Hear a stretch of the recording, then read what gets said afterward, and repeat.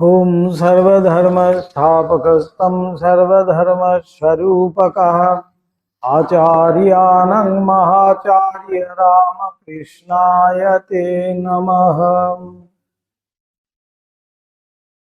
35 ना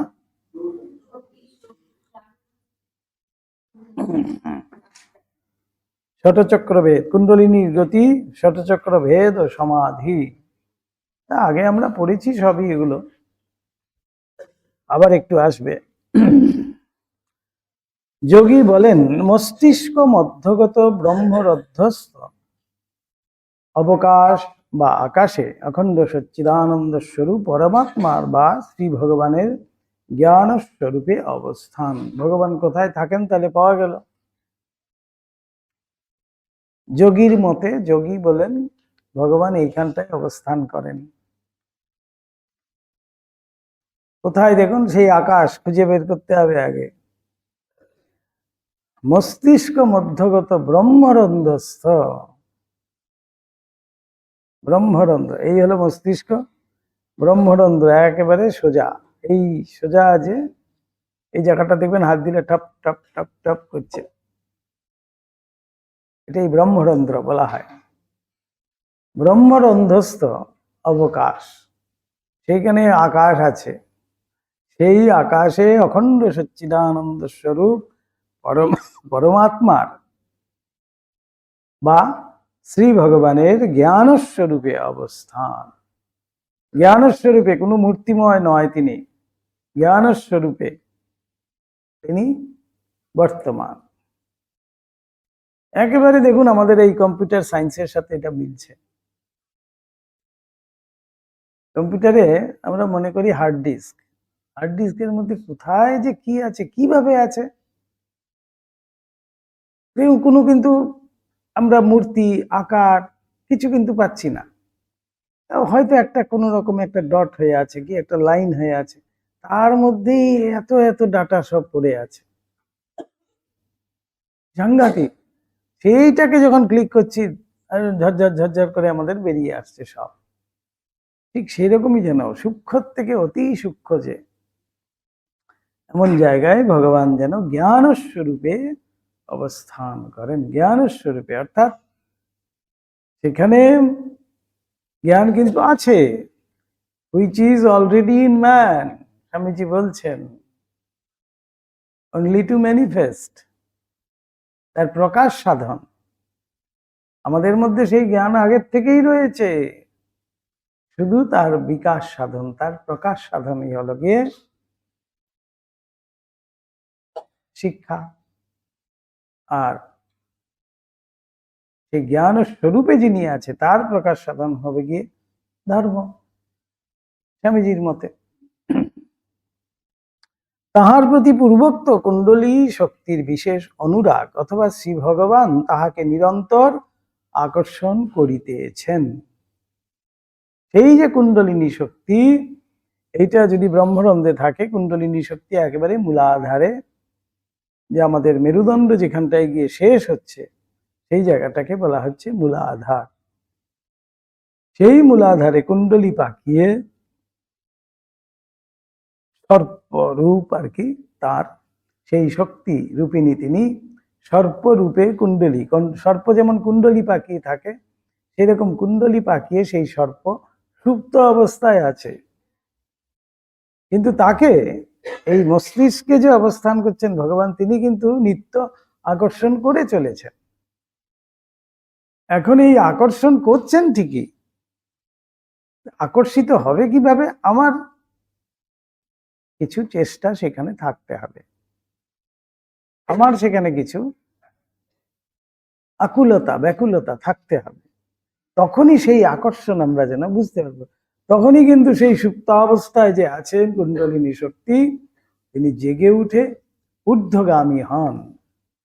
সেই কুণ্ডলিনী শক্তি ঊর্ধ্বগামী হন, আর এক একটা করে পদ্ম ভেদ করে করে চক্র, এক একটি চক্র ভেদ করে করে তিনি গিয়ে সেই সহস্রারে যেখানে ভগবান আছে তার সাথে মিলিত হন।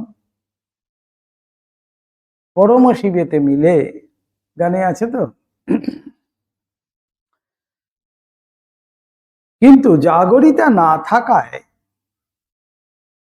কুণ্ডলী শক্তির সে আকর্ষণ অনুভব হইতেছে না। সে সুপ্ত অবস্থায় আছে, তাকে প্রথমে জাগরণ করতে হবে। সে জাগরিতা নয় বলেই কিন্তু সে আকর্ষণ অনুভব করছে না। জাগরিতা হইবা মাত্র উহা শ্রী ভগবানের ওই আকর্ষণ অনুভব করিবে এবং তাহার নিকটস্থ হইবে।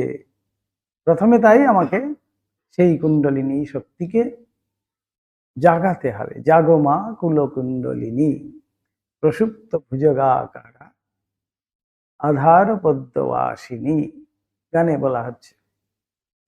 সেই কুণ্ডলিনী শক্তিকে জাগানোর জন্যই আমাদের যত রকমের প্রয়াস। এই যে গতদিন বলছিলাম, প্রাণায়ামের দ্বারা আমরা সেই কুণ্ডলিনী শক্তি যে সুপ্ত অবস্থায় আছে, সেই বায়ু যখন কুম্ভক অবস্থায় আমার ভিতরে আছে, মন্ত্রপুত শুদ্ধ বায়ু, সেই বায়ুকে নিয়ে গিয়ে আমি সেই কুণ্ডলিনী শক্তি যে সর্পরূপী তার উপরে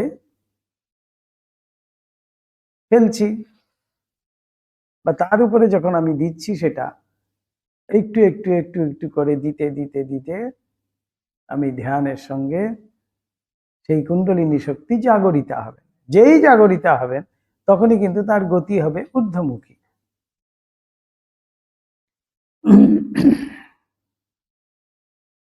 ওইরূপে কুণ্ডলী শ্রী ভগবানের নিকটস্থ হইবার পথ আমাদের প্রত্যেকের শরীরে বর্তমান।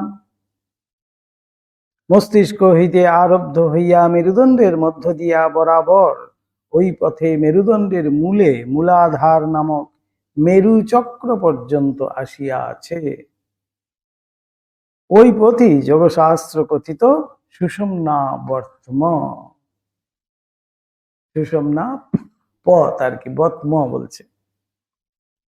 পাশ্চাত্য শারীরতত্ত্ববিদ ওই পথকেই ক্যানেল সেন্ট্রালিস মধ্যপথ বলিয়া নির্দেশ করিয়াছে, কিন্তু উহার কোনরূপ আবশ্যকতা বা কার্যকারিতা এ পর্যন্ত খুঁজিয়া পায় নাই।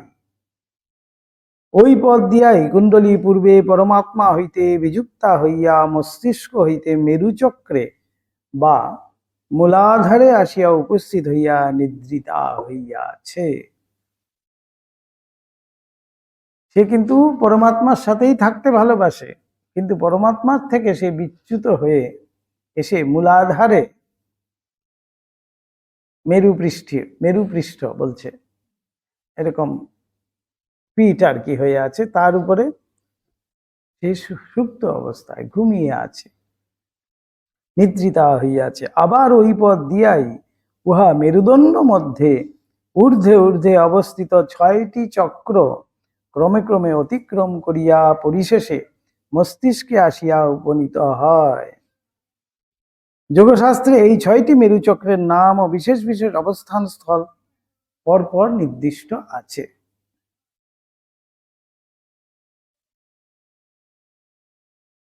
এইটাই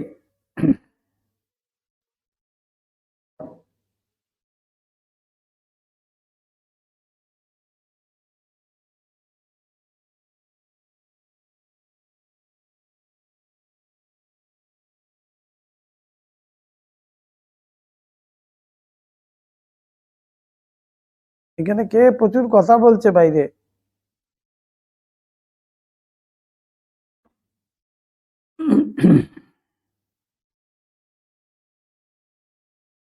যে 6টি চক্র ক্রমে ক্রমে অতিক্রম করিয়া পরিশেষে মস্তিষ্কে আসিয়া উপনীত হয়।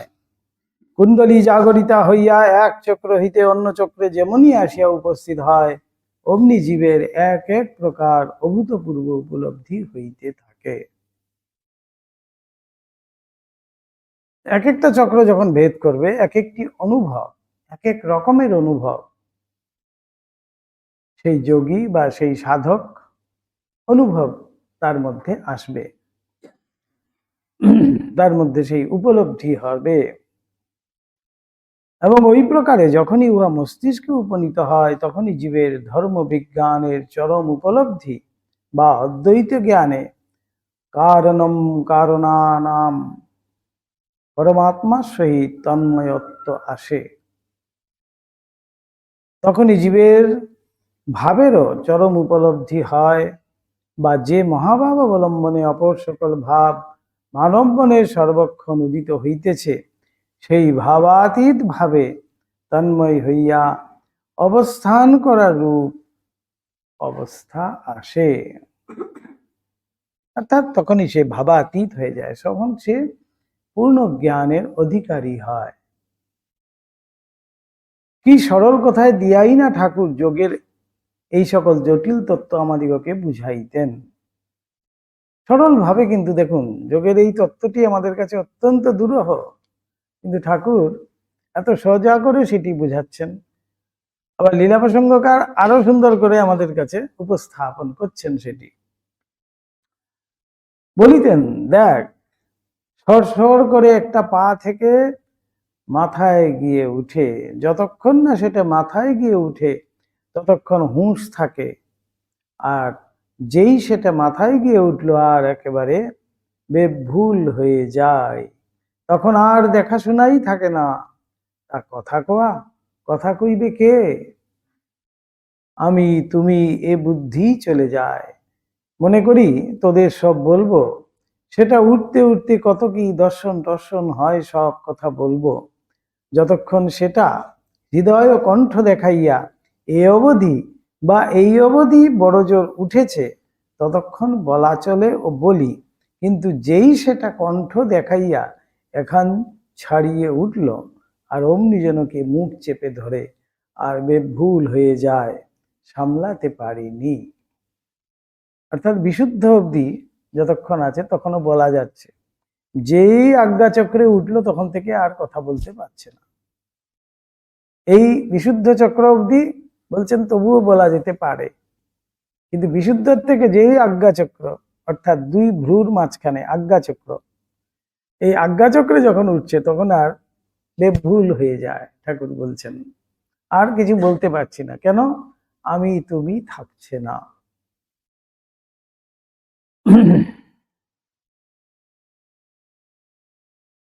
কণ্ঠ দেখাইয়া ওর উপরে গেলে কিরকম সব দর্শন হয় তা বলতে গিয়ে যাই ভাবছি কিরকম দেখেছি, আর অমনি মন হুঁশ করে উপরে উঠে যায়, আর বলা যায় না।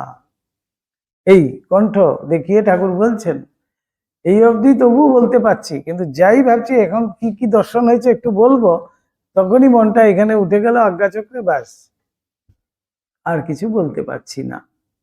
এমন সোজা করে কিন্তু ঠাকুর বোঝাচ্ছেন সেই অনুভূতির কথা। আহা, কতদিন যে ঠাকুর কণ্ঠের উপরিস্থ চক্রে মন উঠিলে কিরূপ দর্শনাদি হয়, তাহা অশেষ প্রয়াসপূর্বক সামলাইয়া আমাদের নিকট বলিতে যাইয়া অপারগ হইয়াছেন, তাহা বলা যায় না। এই কণ্ঠের উপরে কি দর্শন হচ্ছে সেটা ঠাকুর অনেক প্রয়াস পেয়েছেন। তাই লীলা প্রসঙ্গকার এখানে লিখছেন, দেখুন আহা, কতদিন যে ঠাকুর এই প্রয়াস পেয়েছেন আমরা দেখেছি, কিন্তু কিছুতেই যেন বলতে পারছেন না তারপরে কি দর্শন করেছেন। অর্থাৎ যেই বলতে যাচ্ছেন তখনই তো মনটা আবার উঠে যাচ্ছে, আর বলতে পারছেন না। আমাদের এক বন্ধু বলেন, একদিন ওই রূপে খুব জোর করিয়া বলিলেন, আজ তোদের কাছে সব কথা বলবো, একটুও লুকোবো না বলিয়া আরম্ভ করিলেন। হৃদয় ও কণ্ঠ পর্যন্ত সকল চক্রাদির কথা বেশ বলিলেন। তারপর ভ্রুমধ্যস্থ স্থল দেখাইয়া বলিলেন, এইখানে মন উঠলেই পরমাত্মার দর্শন হয় ও জীবের সমাধি হয়। যেই বললেন তো সমাধি হয়ে গেল তো ঠাকুরের। ঠাকুর তো আর শুধু বলছেন তা নয়, সাধারণ আচার্যদের মতো নয়, তিনি আচার্যানাম মহাচার্য, তাই তার মধ্যে সমস্ত কিছু প্রকাশিত। তিনি যে বলছেন একেবারে সদ্য অনুভূত, উপলব্ধিবান, এবং তার মধ্যে সেইটি দৃষ্ট। তিনি বলতে গিয়েই মনটা কিন্তু তখন উঠে গেল, আর বলতে পারলেন না। তখন পরমাত্মা জীবাত্মার মধ্যে কেবল একটি স্বচ্ছ পাতলা পর্দা মাত্র আড়াল থাকে। ঠাকুর বলছেন, মুখের সামনে গামছা ধরে বলছেন না, এই দেখো এত কাছাকাছি আছি তবু তুমি আমাকে দেখতে পাচ্ছ না, সামান্য এই আড়ালটুকু আছে সামনে। যেমন লণ্ঠনের ভিতর আলো, ঠাকুর বোঝাচ্ছেন, ছুঁই ছুঁই মনে করছি কিন্তু ছুঁতে পারছি না, কিন্তু দেখতে পাচ্ছি সামনে একটা কাঁচ মাত্র আড়াল হয়ে আছে, অথচ দর্শন করছি আলোটা।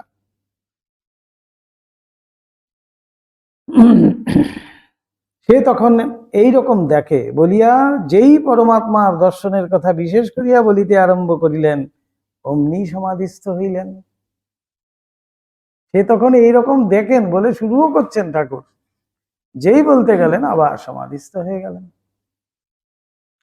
সমাধি ভঙ্গে পুনরায় বলিতে চেষ্টা করিলেন, পুনরায় সমাধিস্থ হইলেন। এইরূপ বারবার চেষ্টার পর সজল নয়নে,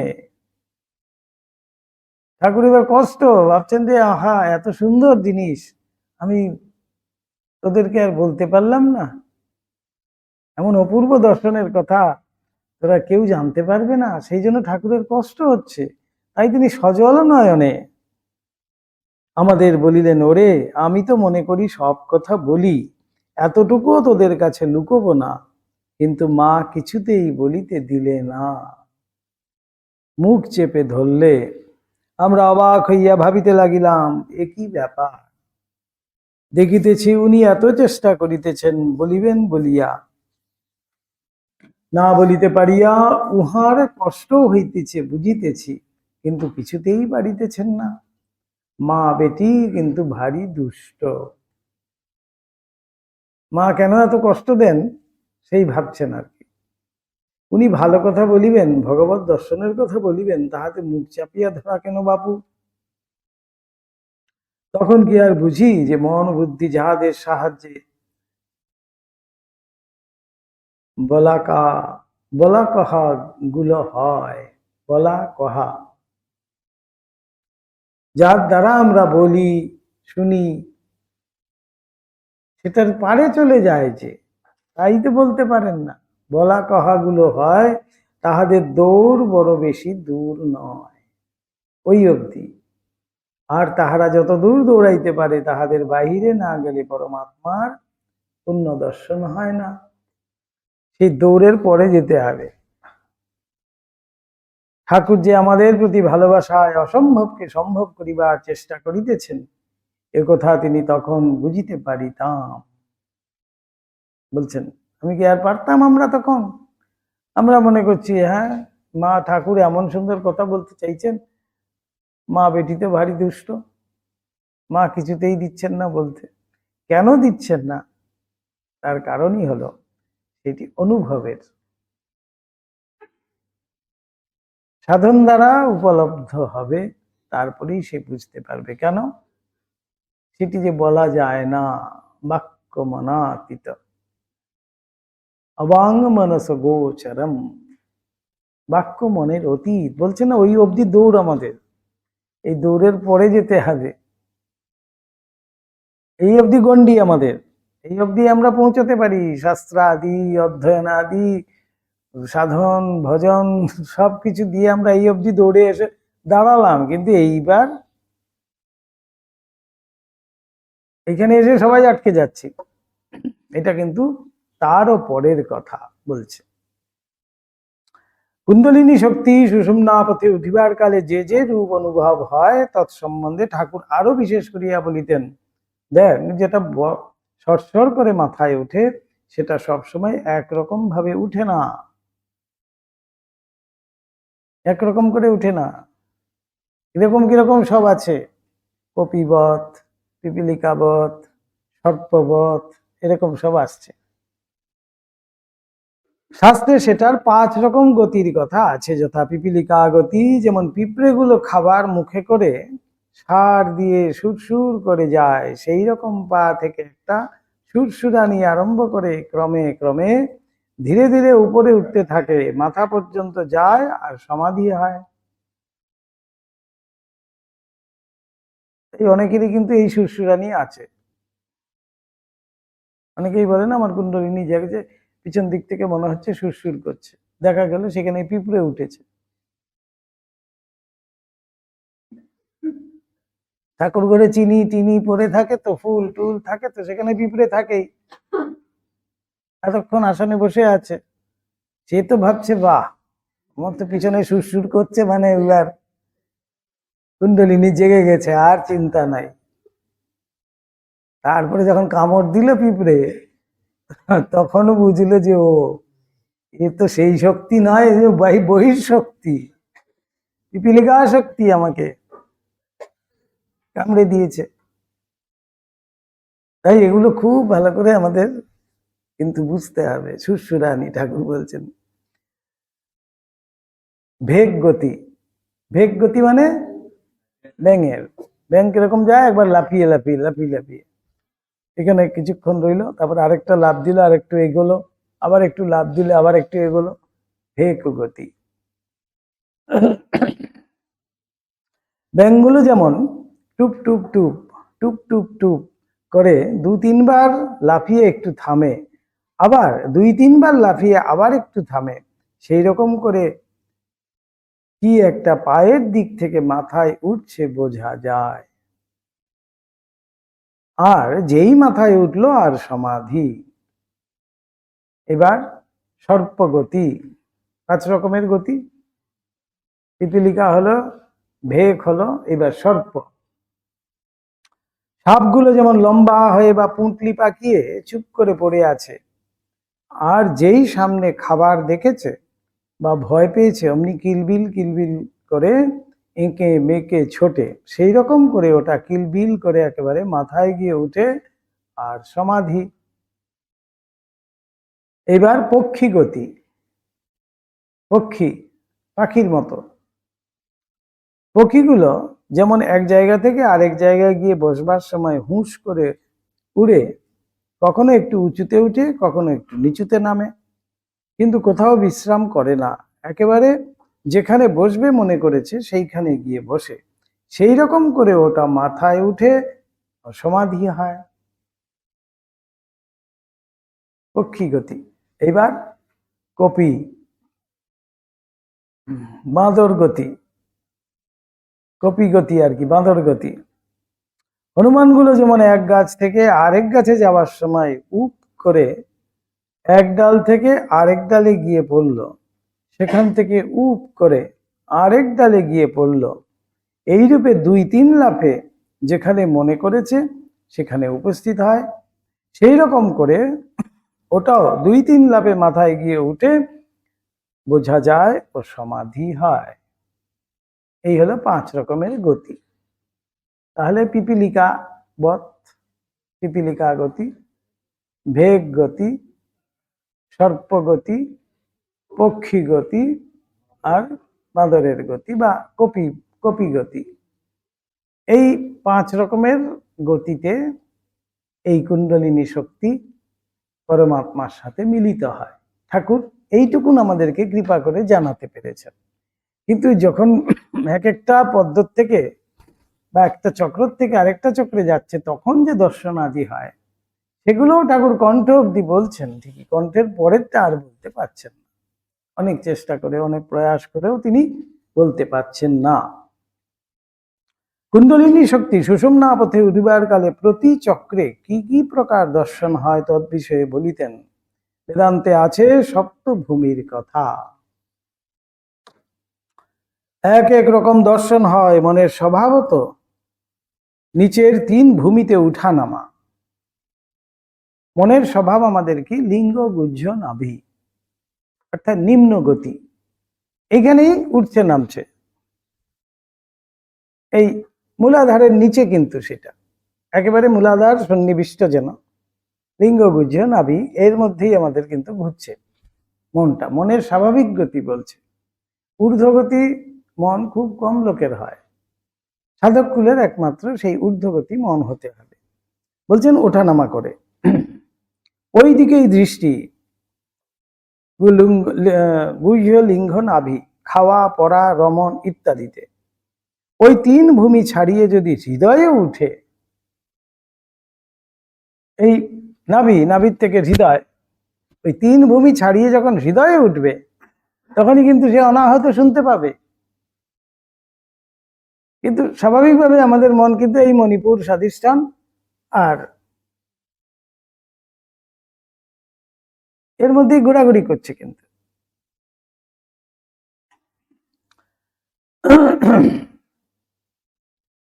তখন তার জ্যোতির দর্শন হয়। হৃদয়ে যখনই উঠছে তখনই কিন্তু সে অনাহত ধ্বনি শুনছে এবং জ্যোতি দর্শন করছে ইত্যাদি। কিন্তু হৃদয়ে কখনো কখনো উঠলেও মন আবার নিচের তিন ভূমি গুহ্য লিঙ্গ নাভিতে নেমে যায়। উঠছে হয়তো, একটু সাধন ভজন করলে, ভগবানের নাম করলে উঠছে ঠিকই, আবার পর মুহূর্তে কিন্তু নিম্নমুখী হয়ে যাচ্ছে।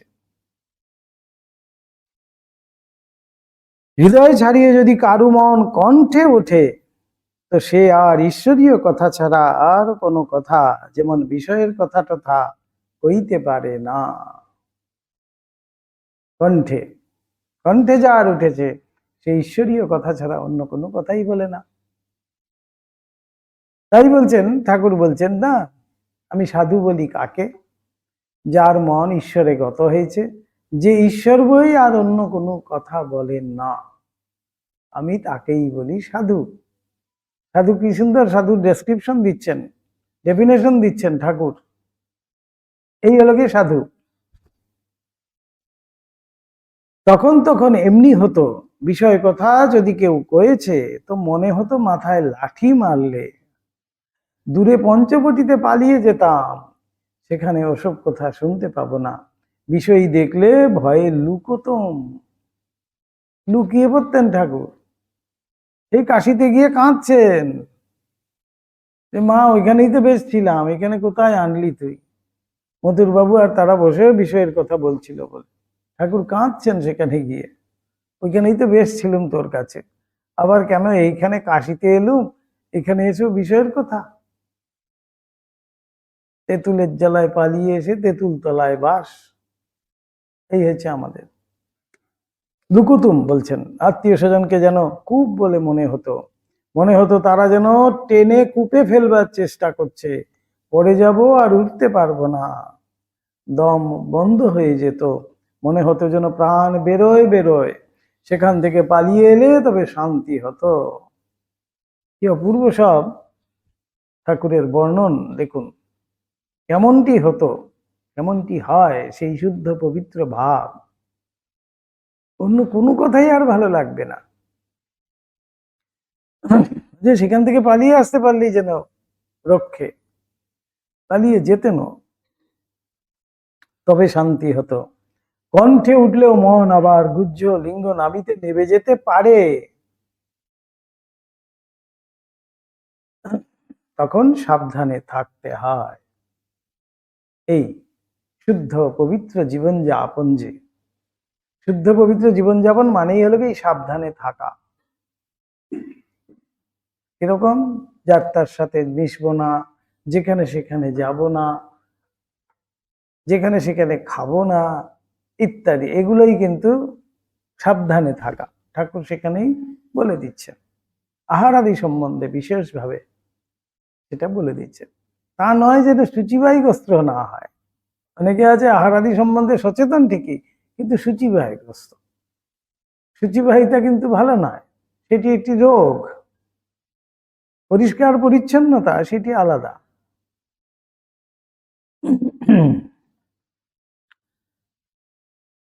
তারপর কণ্ঠ ছাড়িয়ে যদি কারু মন ভ্রু মধ্যে ওঠে, তো তার আর পড়বার ভয় নেই। এই এত শুদ্ধ আজ্ঞা চক্র বলা হচ্ছে, সেইখানে আজ্ঞা প্রাপ্ত না হলে এখানে ওঠা যায় না, আর এইখানকার আজ্ঞা নিয়েই পরমাত্মায় যাবে। এটি যেন মেইন দোয়ার। এই 5টা দোয়ার আমি ক্রস করে করে আসছি, তো সেখানে দাড়িদের ঠিক আছে 10-5 টাকা দিলেই ছেড়ে দেয়, কিন্তু এইখানের যে দাঁড়িয়ে আছে সে একেবারে সিএফএস কি সিআইএসএফ, ও ছাড়বে না। সেই জন্য সেইখানে যে পবিত্র না হয়েছে সে এসে কিন্তু সেই পারমিশনও পাবে না। পুরো ফুল সিকিউরিটি ওখানে রয়েছে এবং পুরো চেক আপ হবে, স্ক্যান করবে। আচ্ছা না, আমরা এয়ারপোর্টে যাওয়ার সময় প্রথমে তো লাগেজ টাগেজ তো দিয়ে দিলাম, তারপরে হ্যান্ড লাগেজ যেটা আছে সেটাও দিয়ে দিতে হয়, তারপরে আমি যখন যাচ্ছি সেখানেও কিন্তু স্ক্যান হচ্ছে। কিছু কিছু এয়ারপোর্ট এরকম আছে যেগুলো বিশেষ করে আর্মি বেস এয়ারপোর্ট, সেখানে কিন্তু স্ক্যানিং হয়, মানুষ যে প্যাসেঞ্জার তারও স্ক্যানিং হচ্ছে, তার ভিতর দিয়ে যেতে হচ্ছে। এই আজ্ঞাচক্র যেন সেরকমই, এখানে ফুল চেকিং হবে, স্ক্যানিং হবে, সেইখানে সেই জন্যই বলছেন সেইখান থেকে আরো আসতে দেবে না। কণ্ঠেতে পর্যন্ত বলছে আসতে পারে অনেক সময় যদি আমি সাবধানে না থাকি, কিন্তু যদি ভ্রু মধ্যে উঠে গেল তখন আর আমার যেন ভয় নেই, আমি আর মন আমার নাববে না, করবার ভয় নেই, তখন পরমাত্মা দর্শন হয়ে নিরন্তর সমাধিস্থ থাকে। এখানটার আর সহস্রারের মাঝে একটা কাঁচের মতো স্বচ্ছ পর্দা মাত্র আড়াল আছে, সেই লণ্ঠনের আলো যেমন বলছিলাম, কাঁচের মতো একটা পর্দা, যেন ছুঁই ছুঁই তবু না ছুঁতে পারি, এরকম ভাব আসে। তখন পরমাত্মা এত নিকটে যে মনে হয় যেন তাতে মিশে গেছি, এক হয়ে গেছি, কিন্তু তখনও এক হইনি। এখান থেকে মন যদি নামে তো বড় জোর কণ্ঠ বা হৃদয় পর্যন্ত নামে, তার নিচে আর নামতে পারে না। কেননা হৃদয় থেকে যখনই নিচে নামছে তখনই কিন্তু আমাদের এই সাংসারিক জিনিসপত্র, বিষয় আশয়, আত্মীয় পরিজন ইত্যাদির প্রতি আমাদের মন আসছে। হৃদয় অব্দিও ঠিক আছে, তাই হৃদয়ে উঠলে পরেই বলছেন জ্যোতির্দর্শন হয়, অনাহত ধ্বনি শুনতে পায় ইত্যাদি। তাই আজ্ঞাচক্র থেকে মন হয়তো নামছে অনেক সময়, নেমে কিন্তু হৃদয় পর্যন্ত আসবে, তার আর নিচে নামবে না। অর্থাৎ সংসারের সাথে, সাংসারিক কোনো বিষয় আশয়ের সাথে সে আর লিপ্ত হতে হয় না তাকে। জীবকোটিরা এখান থেকে আর নামে না। 21 দিন নিরন্তর সমাধিতে থাকবার পর ওই আড়ালটা বা পর্দাটা ভেদ হয়ে যায় আর তার সঙ্গে একেবারে মিশে যায়, সহস্রারে পরমাত্মার সঙ্গে একেবারে মেশামেশি হয়ে যাওয়াই সপ্তম ভূমিতে ওঠা। কি সুন্দর সহজ ভাষায় দেখুন এই সপ্তভূমির বর্ণনা। ঠাকুরকে ওইসব বেদ বেদান্ত যোগ বিজ্ঞানের কথা কইতে শুনিয়া আমাদের কেহ কেউ আবার কখনো কখনো তাহাকে জিজ্ঞাসা করিত, মহাশয় মশাই আপনি তো লেখাপড়ার কোনো ধার ধারেননি, এত সব জানলেন কোথা থেকে?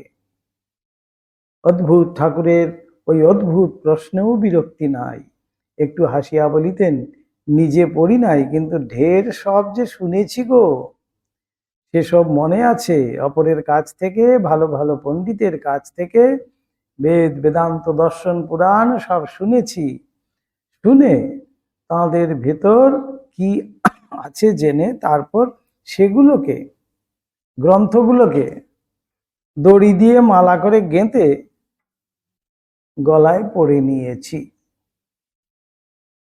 ঠাকুর বলছেন গ্রন্থতে কি আছে সেগুলো সব জানা হয়ে গেছে, তাই সেই গ্রন্থগুলো আর কি করব, সব গলায় পড়েছি। অর্থাৎ সেগুলোকে গুলে খাওয়া ঠাকুরের বলা হয়। আমরা সাধারণ ভাষায় বলি না যে ও এই বই, তার করে গুলে খাওয়া, এই হলো কি, সব জানা হয়ে গেছে বই থেকে, তাহলে আর এই বইয়ের কি প্রয়োজন আছে, শাস্ত্রের কি প্রয়োজন আছে? এবার তার মধ্যে থেকে সেই শাস্ত্র প্রকাশিত হচ্ছে। অদ্ভুত এইসব অদ্ভুত প্রশ্ন, তাতে কিন্তু ঠাকুরের বিরক্তিও নাই, অনবলীলায় তিনি আবার সেগুলো উত্তরও দিচ্ছেন। এই নে তোর শাস্ত্র পুরাণ আমায় শুদ্ধা ভক্তি দে বলে মার পাদপদ্মে ফেলে দিয়েছি। জ্ঞান অজ্ঞান সব তো দিয়ে দিয়েছেন, এই নে তোর শাস্ত্র পুরাণ বলে সব মায়ের পায়ে দিয়ে দিয়েছে। এই শরণাগতির ভাবটি হলো গিয়ে আসল। বেদান্তের অদ্বৈত ভাব বা ভাবাতীত ভাব সম্বন্ধে বলিতেন, ওটা সব শেষের কথা। কিরকম জানিস? যেমন অনেক দিনের পুরনো চাকর মনিব তার গুণে খুশি হয়ে তাকে সকল কথায় বিশ্বাস করে সব বিষয়ে পরামর্শ করে। সহজ একটা উপমা দিয়ে ঠাকুর বোঝাচ্ছেন, খুব বিশ্বস্ত চাকর আর কি, সবকিছু মালিক তাকে জিজ্ঞেস করে। মনিব একদিন খুব খুশি হয়ে তার হাত ধরে নিজের গদিতেই বসাতে গেল। এই চাকরকে বলছে, আয় আয়, তুই আমার সাথে বস। চাকর সংকোচ করে কি করো বলিলেও মনিব জোর করে টেনে বসিয়ে বললে, আহ, বস না, তুইও যে আমিও সে, সেই রকম। এই তফাৎটুকু ততক্ষণ থাকছে যতক্ষণ এই আমরা পরমাত্মার সাথে মিলিত হচ্ছি না। যেই বলছেন আমি আজ্ঞা চক্র অব্দি পৌঁছেছি, তখনই যেন পরমাত্মা আমাকে বলছে, আরে তুই যা আমিও তা দেখ। তাই সেখানে আছে দোয়া সুপর্ণা সয়ুজা শাখায়া, আছে তো মন্ডুক্য উপনিষদে। সেই পাখি এগিয়ে গিয়ে দেখছে, তখন গিয়ে গিয়ে দেখলো যে আরে সে তো আমারই মতো। আরো কাছে গিয়ে দেখলো যে না, আমি তো সেই, এই মিলে গেল। যতক্ষণ মিলায়নি তখন কিন্তু দুই দেখছে সে।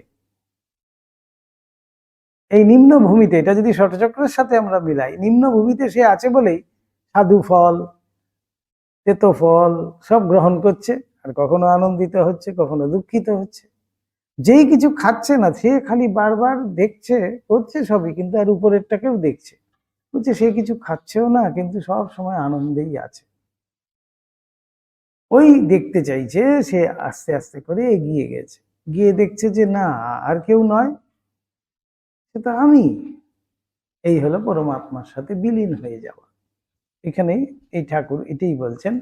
সেই চাকরকে যেন হাত ধরে মণি তার গদিতে বসিয়ে বলে, তুই যা আমিও তা। আমাদের জনৈক বন্ধু তুরীয়ানন্দ বলছেন, এক সময় বেদান্ত চর্চায় বিশেষ মনোনিবেশ করেন। ঠাকুর তখন বর্তমান এবং উহার আকুমার ব্রহ্মচর্য ভক্তি নিষ্ঠা প্রভৃতির জন্য উহাকে বিশেষ ভালোবাসিতেন। বেদান্ত চর্চা ও ধ্যান ভজনাদিতে নিবিষ্ট হইয়া বন্ধুটি ঠাকুরের নিকট পূর্বে পূর্বে যেমন ঘন ঘন যাতায়াত করিতেন, সেরূপ কিছুদিন করেন নাই বা করিতে পারেন নাই। ঠাকুরের তীক্ষ্ণ দৃষ্টিতে সে বিষয় অলক্ষিত থাকে নাই। বন্ধুটির সঙ্গে যাতায়াত করিতে এমন এক ব্যক্তিকে দক্ষিণেশ্বরে একাকী দেখিয়া ঠাকুর জিজ্ঞাসা করিলেন, কি রে, তুই যে একলা, সে আসেনি? জিজ্ঞাসিত ব্যক্তি বলিল, সে মশাই আজকাল খুব বেদান্ত চর্চায় মন দিয়েছে, রাত দিন পাঠ বিচার তর্ক নিয়ে আছে, তাই বোধহয় সময় নষ্ট হবে বলে আসেনি। ঠাকুর শুনিয়া আর কিছুই বলিলেন না। উহার কিছুদিন পরেই আমরা যাহার কথা বলিতেছি, তিনি দক্ষিণেশ্বরে ঠাকুরকে দর্শন করিতে আসিলেন। তাহাকে দেখিয়াই ঠাকুর বলিলেন, কি গো, তুমি নাকি আজকাল খুব বেদান্ত বিচার করছো? সব কিছু, যত কিছু আছে সব ক্লিয়ার করছেন ঠাকুর। এত খেয়াল ঠাকুরের, ঠিক ধরেছেন আবার। তা বেশ বেশ, তা বিচার তো খালি এই গো, ব্রহ্ম সত্য জগৎ মিথ্যা, না আর কিছু? এবার ঠাকুর তার সাথে তর্ক আহ্বান করছেন, করো আমার সাথে তর্ক। বেদান্তে আর কি আছে, ব্রহ্ম সত্য জগৎ মিথ্যা, না আর কিছু? বলো। বন্ধু আজ্ঞা, হ্যাঁ, আর কি? আর তো কিছু নাই, সত্যি কথা।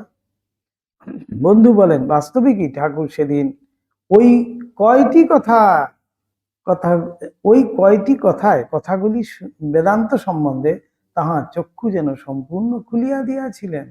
এই এক সামান্য মন্ত্রের মতো ঠাকুর বললেন, আর তো কিছু নয়, ব্রহ্মসত্য জগৎ মিথ্যা, এটি তো, নাকি আর কিছু আছে? বলো তাহলে। তাহলে বলছি তোমাকে, আর তো কিছু নেই, সত্যি তো।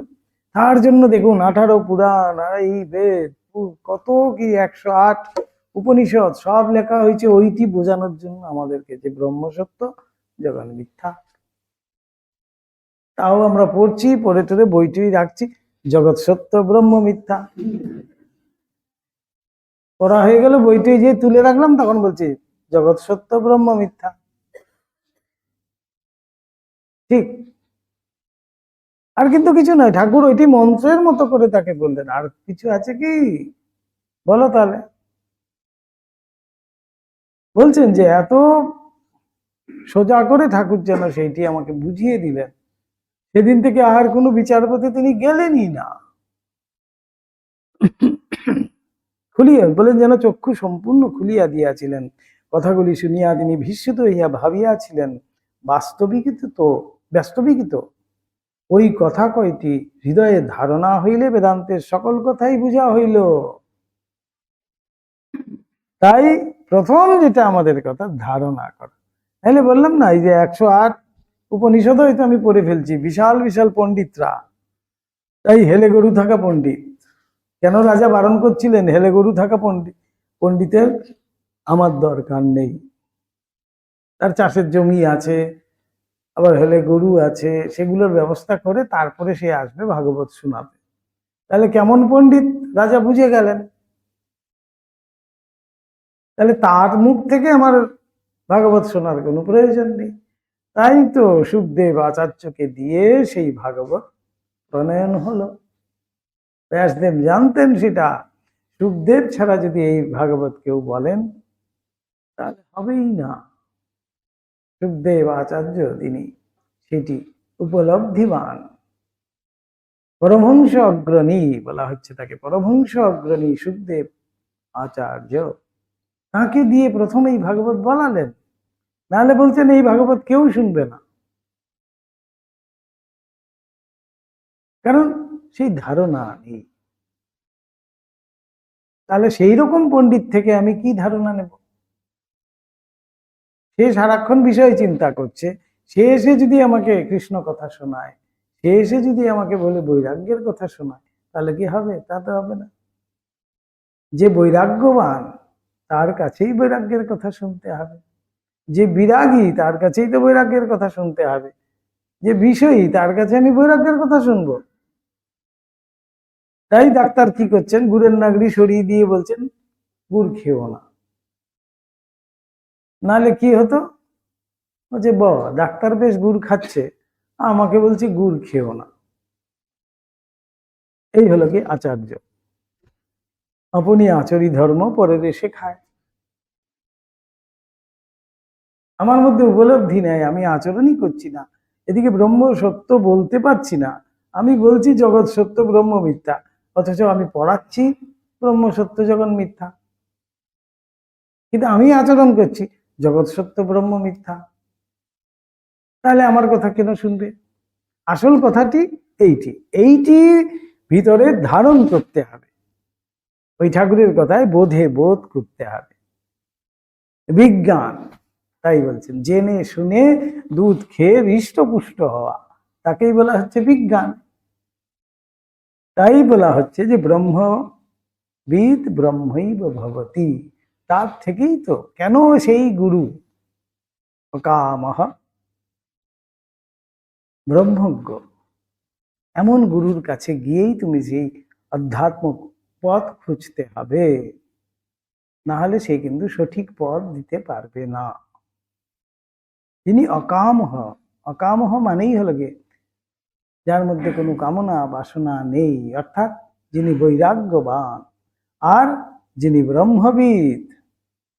ব্রহ্মবিদ বলতে এই ঠাকুরের মতে ব্রহ্মবিদ, শুধু শাস্ত্রাদি অধ্যয়ন করেছে, পাণ্ডিত্য লাভ করেছে, অর্থাৎ তার সেই আচরণ নেই, তার সেই ধারণা শক্তি নেই, তাহলে হবে না। তাকেই ব্রহ্মবিদ বলা হয়েছে, যে সত্যিকারের ব্রহ্মকে উপলব্ধি করেছে, অনুভব করেছে, তার মধ্যে শাস্ত্র সে ধারণ করতে পেরেছে, সেটি তাকে কিন্তু বলা হচ্ছে সত্যিকারের পণ্ডিত।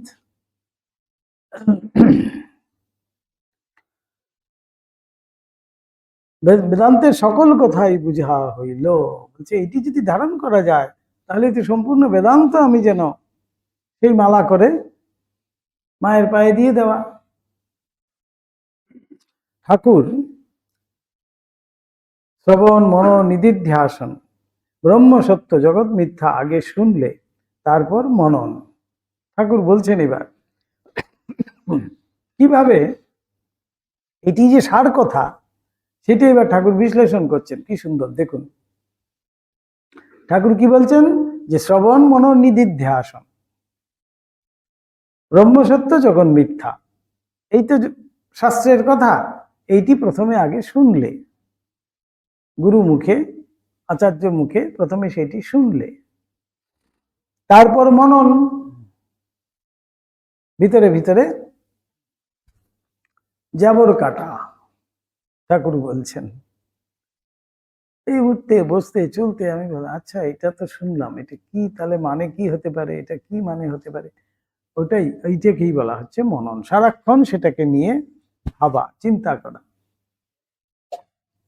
বিচার করে মনে মনে পাকা করলে।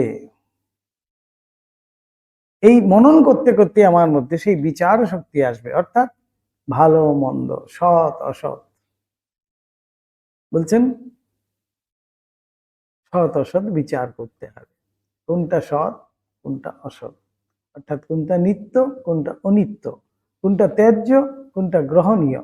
এই যে বিচার আমার মধ্যে ক্ষমতা এলো, তার দ্বারাই আমি তাহলে আমার মধ্যে সেই বেদান্তের সার তাহলে কাজ করছে।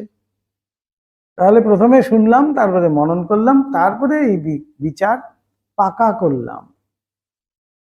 তারপর নিদিধ্যাসন, মিথ্যা বস্তু জগৎকে ত্যাগ করে সদ্বস্তু ব্রহ্মের ধ্যানে মন লাগালে। কত সোজা করে ঠাকুর সেখানে আমাদের বুঝিয়ে দিচ্ছে। প্রথমে বিচার এলো আমার মধ্যে মনন করতে করতে, তারপরে নিদিধ্যাসন, অর্থাৎ সেই যে সৎ বস্তু, যে ব্রহ্ম বা ভগবান বা পরমাত্মা, সেইখানে মনকে লাগাতে হবে। অর্থাৎ আমার সম্পূর্ণ যে মনটা সেইখানে আমাকে দিতে হবে। এই এই ঠাকুর বুঝিয়ে দিলেন যে এই হলো কি আসল। কিন্তু তা না হয়ে শুনলুম বুঝলুম, কিন্তু যেটা মিথ্যা সেটাকে ছাড়তে চেষ্টা করলুম না। ওই যে বললাম, সব বইটুই পড়লাম, বই যে রাখলাম, ওম শান্তি শান্তি শান্তি করে দিয়ে তারপরে বললাম যে বাহ, জগৎ সত্য ব্রহ্ম মিথ্যা। তাহলে শ্রবণেও গন্ডগোল হলো, মননেও গন্ডগোল হলো, নিদিধ্যাসন তো হলোই না। ঠিক উল্টোটা হয়ে যায় আমাদের। এই হচ্ছে, যতক্ষণ একটু আশ্রম আদি আছি, সৎসঙ্গ করছি, সৎপ্রসঙ্গ শুনছি, তখন দেখবেন মনটা কোথায় উঠে গেছে। খুব ওইখানে বসে বসে ভাবছি, আজ যদি ঘরে বাড়ি যেতেই না হতো, আজ যদি এই সংসারের পাকে গিয়ে না পড়তেই হতো, কি আনন্দ ছিল, এই কি আরাম, কি আনন্দ। স্বামীজি তাই বলছেন না, কীর্তনের সময় কত লোক কাঁদছে, কিসের জন্য কাঁদছে সেখানেও স্বামীজি কিন্তু বলেছেন। সেগুলো আর সর্বসমক্ষে বলতে গেলে মুশকিল, কিন্তু পর মুহূর্তেই বলছে সেই মন আবার লিঙ্গগুজ্জ নাভিতে। অনাহত জীবন থেকে উঠছিল কিন্তু একটু হলেও, তাই কিন্তু এইসব ভালো ভালো ইচ্ছা, ভালো ভালো মন আসছিল, একটু হলেও যেন সেই জ্যোতির্ময় রূপে ঠাকুরকে দেখছিলাম। জ্যোতির্দর্শন বলা হচ্ছে। কত শুনছি, ভালো, খুব ভালো লাগছে শুনতে। যেই ওখান থেকে বেরিয়ে গেলাম, আবার মনটি টুক করে নেমে পড়ল। যেই নামলো তখন কিন্তু বলছে, যখন নামে যেখানে ছিল তার থেকে আরো নিচে নেমে যায়। স্বামীজি তাই বলছেন, বড় সাবধান। স্বামীজি ভক্তি যোগে এক জায়গায় বলছেন এই কথা, সাবধান করছেন আমাদেরকে। মন হয়তো একটু সাধন ভজন করলে আমি তোলার চেষ্টা করছি, উঠবেও, কিন্তু সেইখানে ধরে রাখার একটা অভ্যাস আমাদের করতে হবে।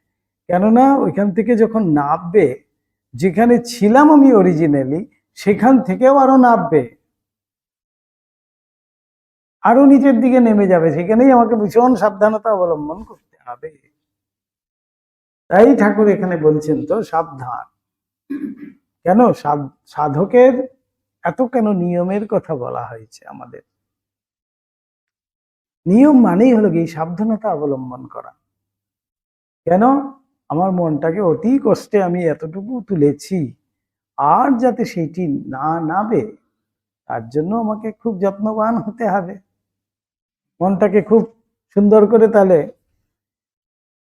যত্ন করে রক্ষা করতে হবে, তো নাহলে আবার মনটা কিন্তু নেমে গেল, এবং নামলো যে তখন কিন্তু যেখানে ছিলাম তার থেকেও নিচে নেমে গেল। খুব করুণ অবস্থা। তাই এখানে খুব সাবধানতা অবলম্বন করতে হয়। তাই এখানে বলছেন, মুখে বললুম, আবার পর মুহূর্তেই কিছুই হলো না আমার মধ্যে। এখানে বলছেন মিথ্যাটা, সেটাকে ছাড়তে চেষ্টা করলুম না। জগৎ মিথ্যা, সেই মিথ্যা বস্তুকে ছাড়তে কিন্তু কোনোভাবেই আমি চেষ্টা করছি না। তাহলে কি আমার কথা কাজ সমান হলো? তা তো নয়। সেখানেই ঠাকুর বলছেন কিন্তু মন মুখ এক করা। ভাবের ঘরে চুরি করো না। ঠাকুরের সুন্দর সুন্দর সব আছে, এইটাই হলো কি ভাবের ঘরে চুরি করা।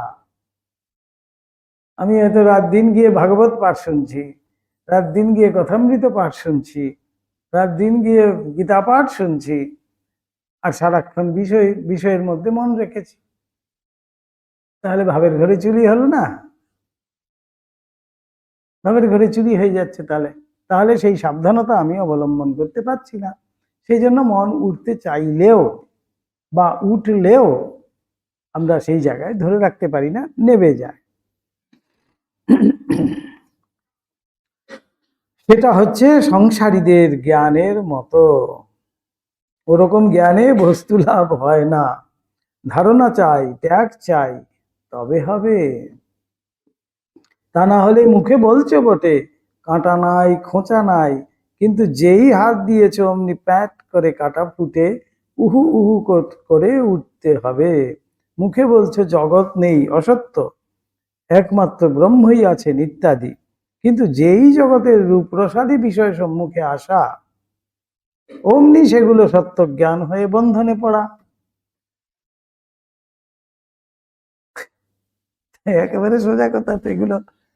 এগুলো আর বোঝানোর কথা নেই তো। পকেটে প্রচুর পয়সা রয়েছে, রাস্তায় বেরিয়েছে, একটা ভিখারি হয়তো হাত পেতেছে, নাই নাই বাবা যাও, আগে যাও।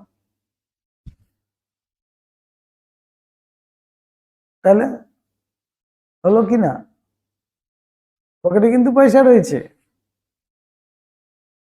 ভিখারি এসে যেই হাত বাড়িয়েছে, আমি বলছি যাই, যে নেই নেই নেই, যাও যাও যাও, বেরিয়ে যাও। তাহলে মিথ্যাকে আশ্রয় করলাম তো, তাহলে হবে কোত্থেকে? তাই বলছেন যে অসৎ বস্তু সেটাকে ত্যাগ করার, অসৎ মুখে বলছি, তাই যেখানে ঠাকুর বোঝাচ্ছেন কাটা নাই খোঁচা নাই, যেই হাত দিলে মানে প্যাট করে কাটা ঢুকে গেল, কাটা ফুটে গেল। ঠিক সেই রকমই আমি এদিকে বিচার করছি ব্রহ্ম সত্য জগৎ মিথ্যা, যেই সামনে কিছু এলো রূপ রসাদি বিষয়ক, তখনই বলছি আমার টাকা, আমার জমি, আমার বাপ, আমার মা, আমার পরিবার, আমার সংসার, তখনই আমাতে ঢুকে পড়ছি। এদিকে আবার রাত দিন কিন্তু বলছি যে ব্রহ্ম সত্য জগৎ মিথ্যা। ওই বলতে বলতে কি হয়, ব্রহ্ম মিথ্যা জগৎ সত্য, ব্রহ্ম মিথ্যা জগৎ সত্য, এরকম হয়ে যাচ্ছে। এতবার বলছি তো, আর না জেনে বলছি, তাই প্র্যাকটিস নেই বলে সেটা জাস্ট উল্টে যায়। এই একমাত্র ব্রহ্মই আছেন ইত্যাদি, কিন্তু যেই জগতের রূপসারী বিষয়ের সম্মুখে আসা, অমনি সেগুলো সত্য জ্ঞান হয়ে বন্ধনে পড়া। বাবা এছাড়া তো চলবেই না আমার। তখন আমি ঠাকুরের কথাই আবার আওড়াচ্ছি, খালি পেটে ধর্ম হয় না, আগে বাবা খেয়ে দিয়ে নেই, তারপরে ধর্ম করব, তারপরে ঠাকুরের নাম করব, তারপরে ব্রহ্মসত্য জগৎ মিথ্যা বিচার করব। তখন ঠাকুরেরকে আবার আমরা সুবিধাবাদী তো, যেখানে যা প্রয়োজন সেটা লাগিয়ে দিই। কিন্তু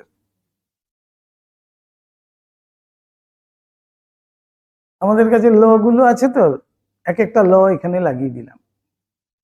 হ্যাঁ, এই লোতে তো তারা পড়ে যাচ্ছে, ঠাকুর তো এটা বলেছেন, এই ক্লস তো এসে আসছে। তারপরে স্বামীজি বলছেন বাবা সব খাবে, কোনো অসুবিধা নেই, বা সব খাও। মা বলছেন আমার ছেলে খাবে গরম, শুবে নরম, বাবা খেয়ে দিয়ে গিয়ে নরমে শুয়ে পড়েছে। আমরা তিনজনের থেকেই কিন্তু আমাদের সুবিধে যেটা সেটা কিন্তু নিয়ে নিচ্ছি। ঠিক সেইভাবে আমরা তো সুবিধেবাদী, সবসময় এই ফাঁক ফোকর গুলো খুঁজতে থাকি, কোথা থেকে কি পাওয়া যাবে।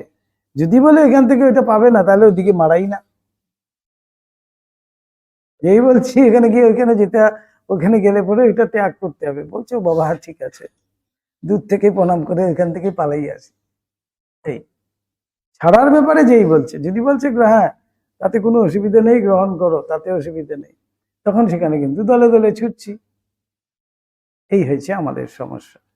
তাই ঠাকুর সেখানে পরিষ্কার করছেন আমাদেরকে যে যেটা বলবো সেটা তাহলে করতে হবে, তখনই কিন্তু সেই উপলব্ধি, সেই অনুভব আমাদের মধ্যেও আসতে বাধ্য।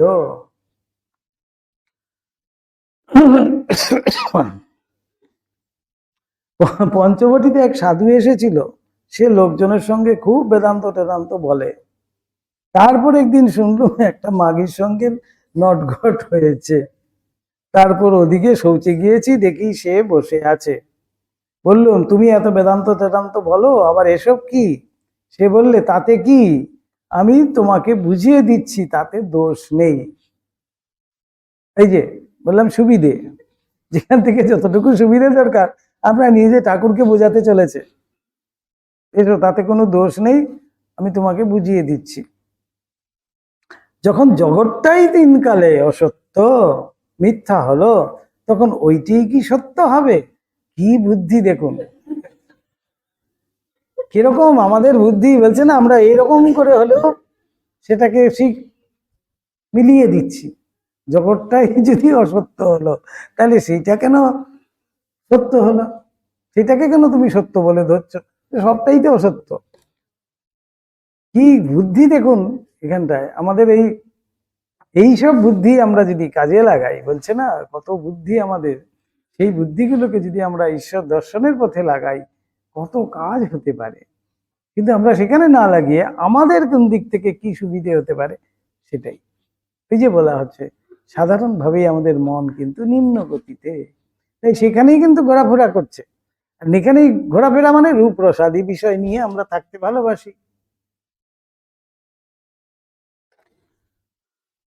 বলছেন ওটাও তাহলে মিথ্যা।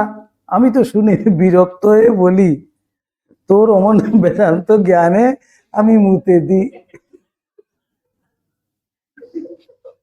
ঠাকুরের উফ, এত রেগে গেছেন ঠাকুর, বিরক্ত হয়েছেন।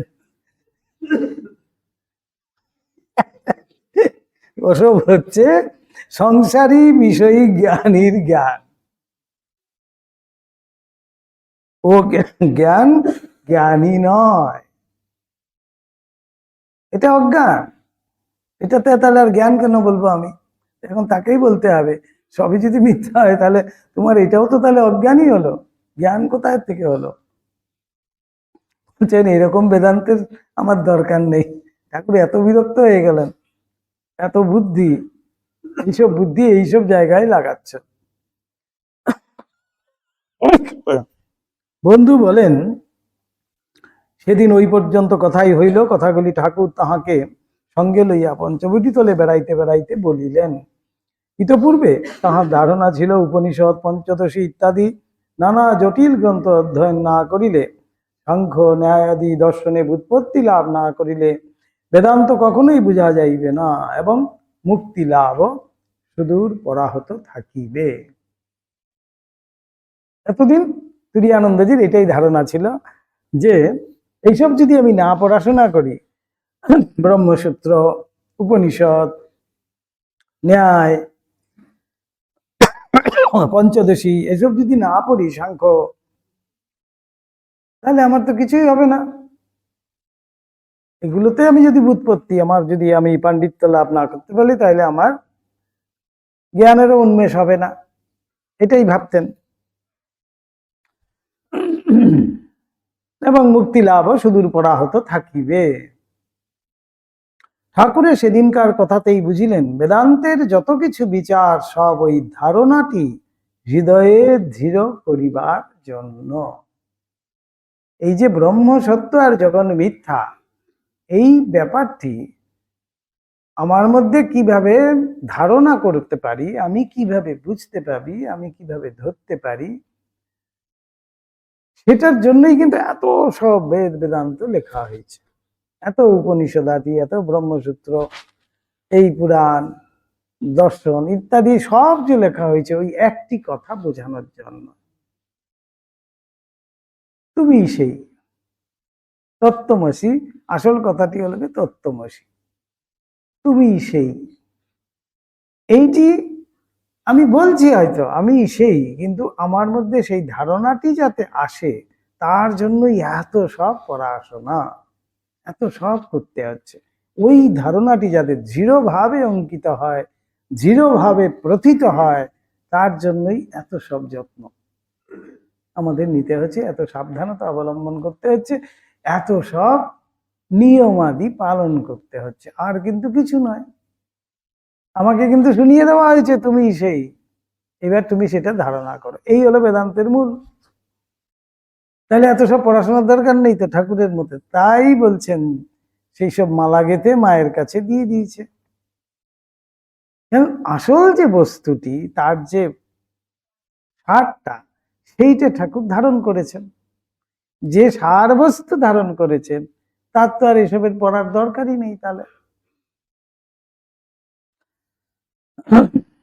ঝুরি ঝুরি দর্শন ও বিচার গ্রন্থ পড়িয়া যদি কাহারও মনে ব্রহ্মসত্য জগৎ মিথ্যা কথাটি নিশ্চয় ধারণা না হয়, তবে ওই সকল পড়া না পড়া উভয়ই সমান। এই ধারণাটা যদি আমি করতে না পারি, তাহলে এত সব পড়ে আমার হবেটা কি? ঠাকুরের নিকট সেদিন তিনি বিদায় গ্রহণ করিলেন, এবং তখন হইতে গ্রন্থ পাঠা দিয়ে অপেক্ষা সাধন ভজনেই অধিক মনোনিবেশ করিবেন। এইরূপ নানা কথা ভাবিতে ভাবিতে কলিকাতার দিকে ফিরিলেন। এই রূপে তিনি সাধন সহায় ঈশ্বর প্রত্যক্ষ করিবার সংকল্প মনে স্থির ধারণা করিয়া ততবধি তদনুরূপ কার্যেই বিশেষভাবে মনোনিবেশ করিলেন। কোনটাতে জোর দিতে হবে ঠাকুর যেন সেই জায়গাটায় সেই দিন ধরিয়ে দিলেন। আচার্যানাম মহাচার্য বলছেন না, হ্যাঁ পড়ছো, বাহ, তা বেশ বেশ, প্রথমে বললেন তা বেশ বেশ, কিন্তু তুমি যে পড়ছো এত, তার মধ্যে কি আছে? ব্রহ্মসত্য জগন মিথ্যা নাকি আরো কিছু রয়েছে? আসল কথাটি কি এটা? তো এইটি মন্ত্রের মতো তিনি যেন ধারণ করলেন। এই তো কথা। এই যে গুরু প্রদত্ত মন্ত্র আমাদের কাছে এসছে, বহু পুণ্য ফলে এই গুরু কৃপা প্রাপ্ত হয় মানুষ। সেই যে মন্ত্র আসছে আমার কাছে, আমি কিন্তু খুব সাধারণভাবে মন্ত্রটি ভাবছি, ওই সামান্য দুটি কথা, এমন কি? এই মন্ত্রকেই যদি আমি অসামান্য ভেবে, এর মধ্যেই সমস্ত শক্তি বর্তমান ভেবে, এর মধ্যেই ঈশ্বর ভেবে, এর মধ্যেই বেদান্ত ভেবে আমি যদি এই মন্ত্রকে আশ্রয় করেই সাধন করতে শুরু করি, দেখা যাবে এই মন্ত্রের থেকেই আমার সবকিছু প্রকাশ হচ্ছে। এত সুন্দর এই মন্ত্র বলা হচ্ছে, তাই সেটাকে মহামন্ত্র। কেন? ঠাকুরের মুখ থেকে সেটি উচ্চারিত হয়েছিল, বেদ বাক্য, ভগবান স্বয়ং যেটি উচ্চারণ করেছেন সেটি কিন্তু গুরু কৃপার দ্বারা আমার কাছে এসছে। আমাদের কাছে মন্ত্রগুলো সেইভাবেই এসছেন। ঠাকুর কিন্তু মাকে বলে দিয়েছিলেন এই এই মন্ত্র, মা সেইটি তার শিষ্যকে বলেছিলেন এই এই মন্ত্র। ওইভাবেই গুরু পরম্পরা আমাদের মধ্যে এসছে, ঠাকুরের থেকেই। কিন্তু এটা আমাদের বানানো কিছু নয়। আমার কাছে মনে হচ্ছে এটা খুব সাধারণ জিনিস, কিন্তু কি অসাধারণ সেটি আমি সাধন না করলে কিন্তু বুঝবো না। তাই বলছেন এই ধারণা। ব্রহ্মসত্য জগৎ মিথ্যা খুব সাধারণ একটি কথা, কিন্তু যখনই আমি ধারণ করব, আমার মধ্যে দৃঢ়াঙ্কিত হবে, প্রতিষ্ঠিত হবে, তখনই কিন্তু তার থেকে আসল জিনিসটি আমি দেখতে পাবো। ঠিক সেই রকম সেই মন্ত্র দর্শন পর্যন্ত হয়, আর মন্ত্র কি সেটি তখন বুঝতে পারি। অতি যত্নে, অতি গোপনে এবং অতি শ্রদ্ধার সঙ্গে সেই মন্ত্র সাধন করতে হয়। আর কিন্তু আমাদের কিচ্ছু করার নেই। এই যুগে একমাত্র সাধন বলছে সেই মন্ত্রের সাধন। এইসব এই যে যা যোগ এই যে যোগের নিয়ম, ষটচক্র ভেদ ইত্যাদি, এগুলো কিন্তু আমার দরকারই হবে না, সমস্ত কিছুই তার দ্বারা হতে পারে। সব বলছেন আপনিই হবে। ঠাকুর বলছেন কথামৃতেই এক জায়গায় আছে, কেউ যদি একটু করে, একটু এই মন্ত্রকে নিয়ে সাধন করে, সে কিন্তু কালে কালে বুঝতে পারে এই এই এই এই সব তখন তার মধ্যে আসতে থাকে একটার পর একটা। কিন্তু আমাদের সেই শ্রদ্ধা, আমাদের সেই ভক্তি বা সেই ধারণা শক্তি নেই বলেই কিন্তু এটা হচ্ছে না। আমরা মনে করছি খুব সাধারণ, কিন্তু এই মন্ত্র দিয়েই হয়তো অনেকেই দর্শন প্রাপ্ত হয়েছেন, এই মন্ত্রের দ্বারাই হয়তো অনেকে সিদ্ধ হয়েছেন, তার দর্শন লাভে ধন্য হয়েছেন। এটাও জানতে হবে, এই যে ব্রহ্মসত্য জগৎ মিথ্যা, এটাও তো একটি মন্ত্রের মতোই। এর দ্বারাই কিন্তু কতজন মুক্ত হয়ে চলে গেছেন, কতজন সেই সমাধি লাভ করেছেন, কতজন সেই স্বীকৃতি বলে পরম উপলব্ধি তার হয়েছে, পরম অনুভব তার হয়েছে, কিন্তু এই মন্ত্রই। সুতরাং এই ধারণা করার উপরেই সবকিছু।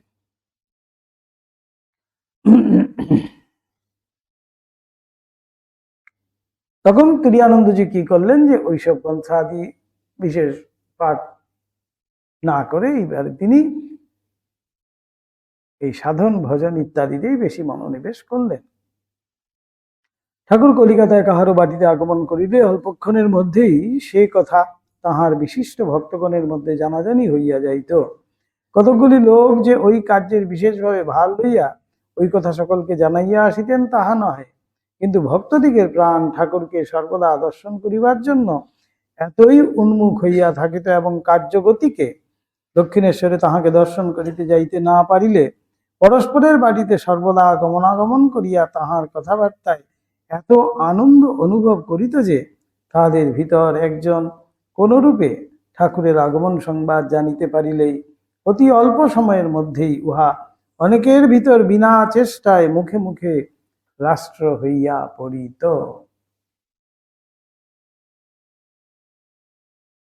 ঠাকুরের শক্তিতে ভক্তগণ পরস্পরে কি যে এক অনির্বচনীয় প্রেম বন্ধনে আবদ্ধ হইয়াছিলেন তাহা পাঠককে বুঝানো দুষ্কর। আজও আমরা সেটি দেখতে পারি।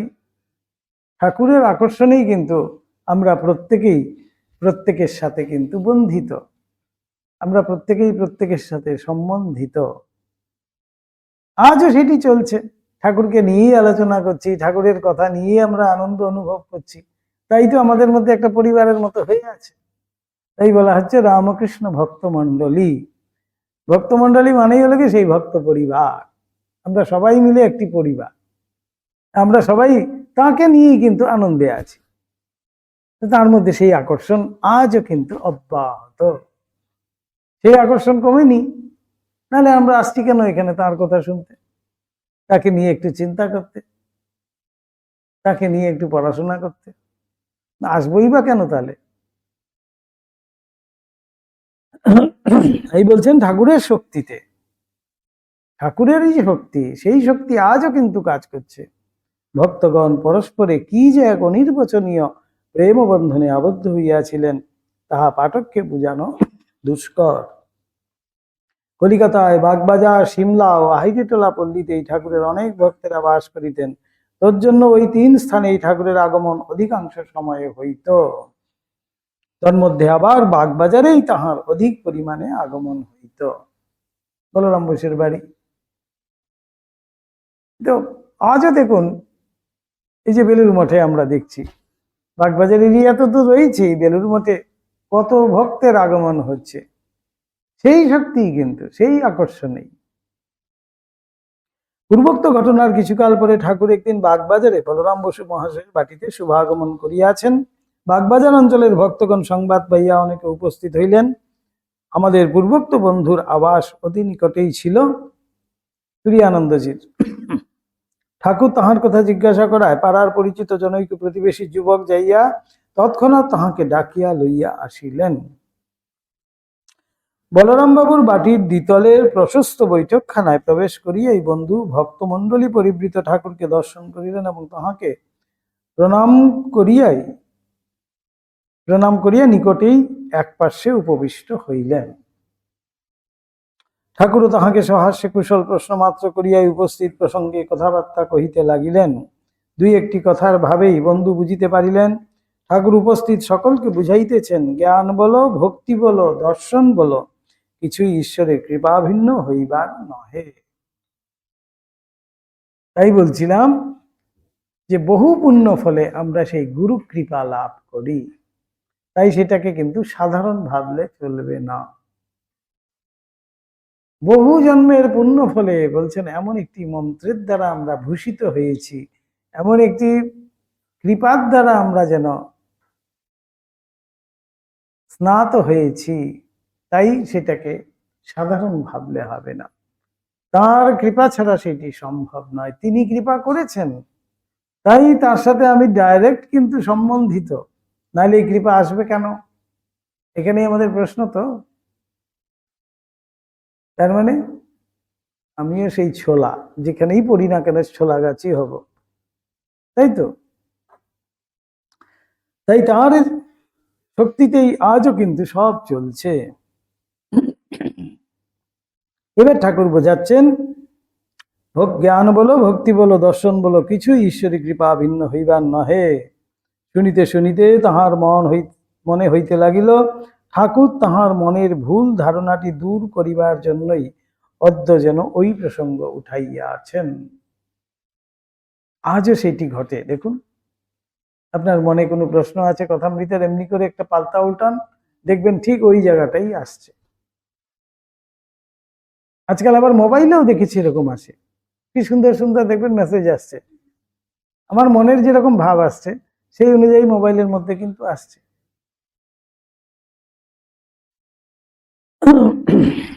তো তুরীয়ানন্দজি এখানে এসে ভাবছেন যে আচ্ছা, ঠাকুর হয়তো আমার জন্যই এইসব কথার উত্থাপন করেছেন।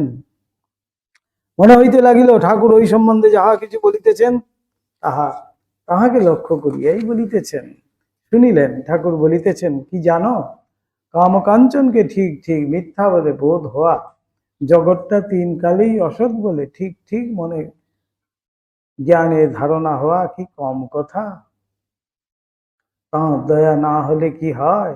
তিনি কৃপা করে ওইরূপ ধারণা যদি করিয়ে দেন তো হয়, নইলে মানুষ নিজে সাধন করে সেটা কি ধারণা করতে পারে? তার কতটুকু শক্তি, সেই শক্তি দিয়ে সে কতটুকু চেষ্টা করতে পারে? এইরূপে ঈশ্বরের দয়ার কথা বলিতে বলিতে ঠাকুরের সমাধি হইল। কিছুক্ষণ পরে অর্ধ বাহ্যদশা প্রাপ্ত হইয়া বলিতে লাগিলেন, একটা ঠিক করতে পারে না, আবার আর একটা চায়।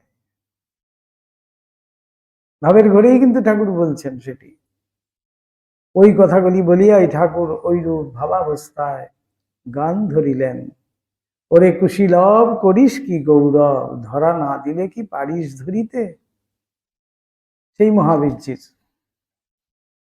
তিনি বুঝতে পারলেন যে এই কুশীলবের হাতে ধরা দিলেই কিন্তু আমি মা সীতার কাছে যেতে পারবো, তাই তিনি নিজেই ধরা দিলেন। এবং মহাবীরজি তো চিনছেন, হনুমানজি চিনতে পারছেন তো এই কুশীলব আর কে, আমার প্রভুরই দুই পুত্র, তাই তিনি নিজে বন্দিত হলেন, না হলে কি তাকে কেউ বাঁধতে পারে? রাবণের দরবারে যাবেন বলে তিনি বন্দিত হলেন, কারণ নাহলে রাবণের কাছে পৌঁছতে না পারলে তো অশোক বনেও মায়ের কাছেও যেতে পারছে না। ওই জন্য রাবণের কাছে যেতে হবে, কেন? রামের কথা শোনাতে হবে, রামের যে বীরত্ব সেটি দেখানোর জন্য আমি রাবণের কাছে যেতে হবে। যাওয়ার জন্য বন্ধন স্বীকার করলেন, তারপরে তাকে নিয়ে গেল সেখানে নিয়ে গিয়েও কত কীর্তি করলো। রাবণ যেখানে বসে আছে তার থেকেও উঁচুতে তিনি বসলেন, লেজ দিয়ে আসন বানিয়ে। তাই করিস কি গৌরব, দুই ছেলে, দুই কুশ আর লব, দুজনে মায়ের কাছে গিয়ে বলছে আজকে একটা বড় বাঁদরকে বেঁধে নিয়ে এসছি। তখন তিনি হেসে হেসে বলছেন, করিস কি গৌরব, নিজে না দিলে ধরা, তোরা কি ধরিতে পারিস? গাইতে গাইতে ঠাকুরের দুই চক্ষে এত জলধারা বহিতে লাগিল যে বিছানার চাদরের খানিকটা ভিজিয়া গেল। লিটারেলি ভাবুন, আমরা হয়তো বলেছি কাঁদছে, কাঁদছে মানে দু ফোঁটা জল পড়লো। এত কেঁদেছেন ঠাকুর, সেই বক্ষ তো ভিজেইছে, বিছানার চাদরটা পর্যন্ত খানিকটা ভিজে উঠেছে। বন্ধুও সে অপূর্ব শিক্ষায় দ্রবীভূত হইয়া কাঁদিয়া আকুল। কতক্ষণে তবে দুইজনে প্রকৃতস্থ হইলেন। বন্ধু বলেন, সে শিক্ষা চিরকাল আমার হৃদয়ে অঙ্কিত হইয়া রহিয়া আছে। সেদিন হইতে বুঝিলাম ঈশ্বরের কৃপা ভিন্ন কিছুই হইবার নহে। তাই আমাদেরও কিন্তু তাই বলতে হবে, প্রভু কৃপা হি কেবলম, কৃপা হি কেবলম। তার কৃপা ছাড়া কিন্তু অসম্ভব। আমি সাধন করব, আমি ভজন করব, আমি জপ করব, এইটি যদি আমি ভাবি তাহলে কিন্তু হবে না। হ্যাঁ, তিনি কৃপা করবেন কাকে? যার মধ্যে সেই আকুলতা ব্যাকুলতা। সেই আকুলতা ব্যাকুলতা দেখানোর জন্যই আমাদের এই সাধন ভজন। আমি সাধন ভজন করে তাকে লাভ করব, অসম্ভব। তিনি কৃপা করবেন, তাকে সেই কৃপার আর্জিটুকু আমাকে জানাতে হবে। তো তাই আমাদের সেই সাধন ভজন, আমাদের প্রয়াস, আমাদের প্রচেষ্টা। ওম নিরঞ্জনম নিত্যম অনন্ত রূপম ভক্তানুকম্পাধৃত বিগ্রহং বৈ ঈশাবতারং পরমেশমিত্যং তম রামকৃষ্ণং শিরসা নমামঃ। ওম শান্তি শান্তি শান্তি। হরি ওম তৎসৎ। শ্রীরামকৃষ্ণার্পণমস্তু।